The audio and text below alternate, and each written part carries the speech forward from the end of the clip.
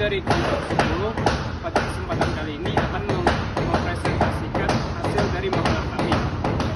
Sebelumnya perkenalkan, saya Muhammad Gifari dengan NIM 2410913210033. Perkenalkan, nama saya Salma Azia dengan NIM 241091332000. Perkenalkan, nama saya Hafiza dengan NIM 24109133200013. Perkenalkan, nama saya Nisa dengan NIM 2410933200. Perkenalkan, nama saya Nadia Kaima dengan NIM 241091312000. Perkenalkan, nama saya Gabriela Hin dengan NIM 24109133200003. Perkenalkan, nama saya Syarisi Andini dengan NIM 24109131200011. Perkenalkan, nama saya Muhammad Yasin dengan NIM 2410131027. Latar belakang, kesehatan pernapasan anak merupakan aspek penting dalam perkembangan dan kualitas hidup mereka. Salah satu masalah yang sering dihadapi yaitu ketidakefektifan jalan napas yang dapat disebabkan oleh berbagai macam faktor, termasuk infeksi saluran pernapasan, alergi, dan kondisi medis lainnya. Ketidakefektifan jalan napas pada anak dapat mengakibatkan kesulitan bernapas, penurunan oksigenasi, dan dampak negatif bagi pertumbuhan serta perkembangan anak. Oleh karena itu, penanganan yang tepat dan efektif sangat diperlukan untuk memastikan kesehatan pernapasan anak ini. Nah, salah satunya fisioterapi dada. Teknik-teknik ini meliputi drainase postural, teknik perkusi, dan teknik vibrasi yang semuanya bertujuan mengurangi obstruksi jalan napas untuk meningkatkan ventilasi paru-paru pada anak tersebut. Namun, meskipun fisioterapi dada telah terbukti efektif pada banyak kasus, masih terdapat tantangan dalam penerapannya, terutama dalam konteks anak-anak. Beberapa orang tua mungkin tidak memahami sepenuhnya manfaat fisioterapi dada ini, dan ada juga kekhawatiran mengenai keamanan dan kenyamanan prosedur tersebut. Maka dari itu, penting untuk mengeksplorasi lebih lagi mengenai manfaat fisioterapi dada ini dalam memudahkan jalan napas pada anak, serta memahami penyebab utama ketidakefektifan jalan napas tersebut. Fisioterapi dada adalah salah satu tindakan untuk mengeluarkan dahak di paru dengan menggunakan pengaruh gaya gravitasi.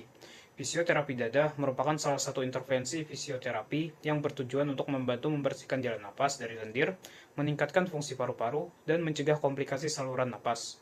Selain itu, fisioterapi dada juga berguna untuk mencegah terkumpulnya dahak dalam saluran napas, mempercepat pengeluaran dahak sehingga tidak terjadi atelektasis, serta memudahkan pengeluaran dahak. Ada dua teknik yang bisa digunakan dalam fisioterapi dada, yaitu teknik clapping atau perkusi dada, vibrasi atau getaran dada, dan postural drainage. Selanjutnya ada teknik-teknik yang digunakan dalam fisioterapi dada. Pertama ada teknik perkusi dada atau clapping. Perkusi dada adalah teknik menepuk bagian dada atau punggung pasien untuk melonggarkan lendir yang menempel di saluran pernapasan. Teknik ini dilakukan menggunakan tangan yang dirapatkan dan membentuk cekungan. Teknik ini bertujuan untuk meningkatkan kebersihan saluran napas dan meringankan sesak napas. Yang kedua ada teknik vibrasi atau getaran dada. Vibrasi adalah teknik menggetarkan dada dengan memberikan tekanan lembut selama pasien menghembuskan napas. Teknik ini membantu memindahkan lendir dari saluran pernapasan kecil ke saluran yang lebih besar agar mudah dikeluarkan. Teknik ini bertujuan untuk membantu pengeluaran sputum agar jalan napas menjadi lebih bersih dan mengurangi hambatan napas dan meningkatkan kenyamanan bernapas. Yang ketiga ada teknik postural drainase atau drainase postural. Postural drainase adalah teknik mengatur posisi tubuh pasien agar gravitasi membantu memindahkan lendir ke saluran pernapasan besar.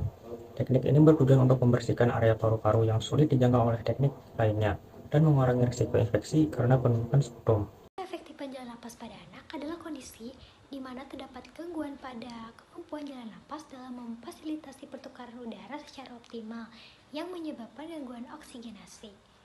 Hal ini terjadi akibat obstruksi total atau parsial, inflamasi, dan kelemahan pada otot-otot pernapasan. Pada anak, risiko ketidakefektifan jalan napas lebih tinggi dibandingkan orang dewasa karena karakteristik anatomi anak yang khas. Oleh karena itu, penting untuk mengetahui tanda dan gejala ketidakefektifan jalan napas pada anak.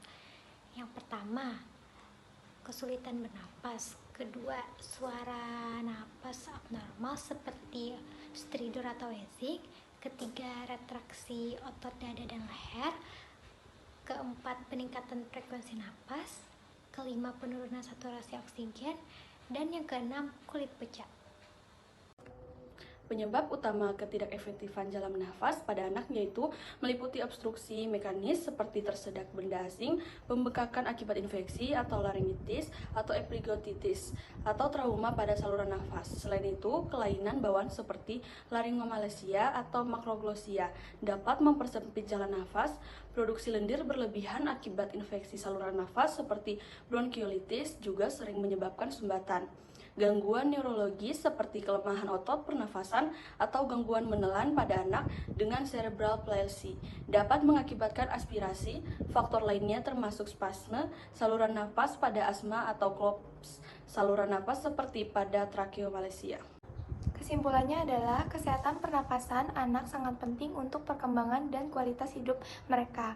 Ketidakefektifan jalan napas akibat infeksi, alergi, atau kondisi medis lainnya memerlukan perhatian serius.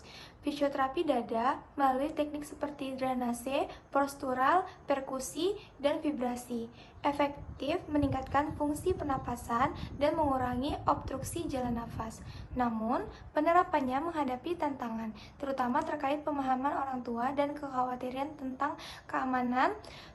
Penelitian ini menyoroti pentingnya fisioterapi dada dalam mendukung kesehatan pernapasan pada anak. Sang anak disarankan agar orang tua diberikan edukasi yang komprehensif mengenai manfaat dan prosedur fisioterapi dada melalui seminar atau materi informasi yang mudah dipahami. Selain itu, tenaga kesehatan termasuk fisioterapis perlu dilatih secara khusus dalam teknik fisioterapi dada untuk anak-anak agar dapat memberikan perawatan yang aman dan efektif.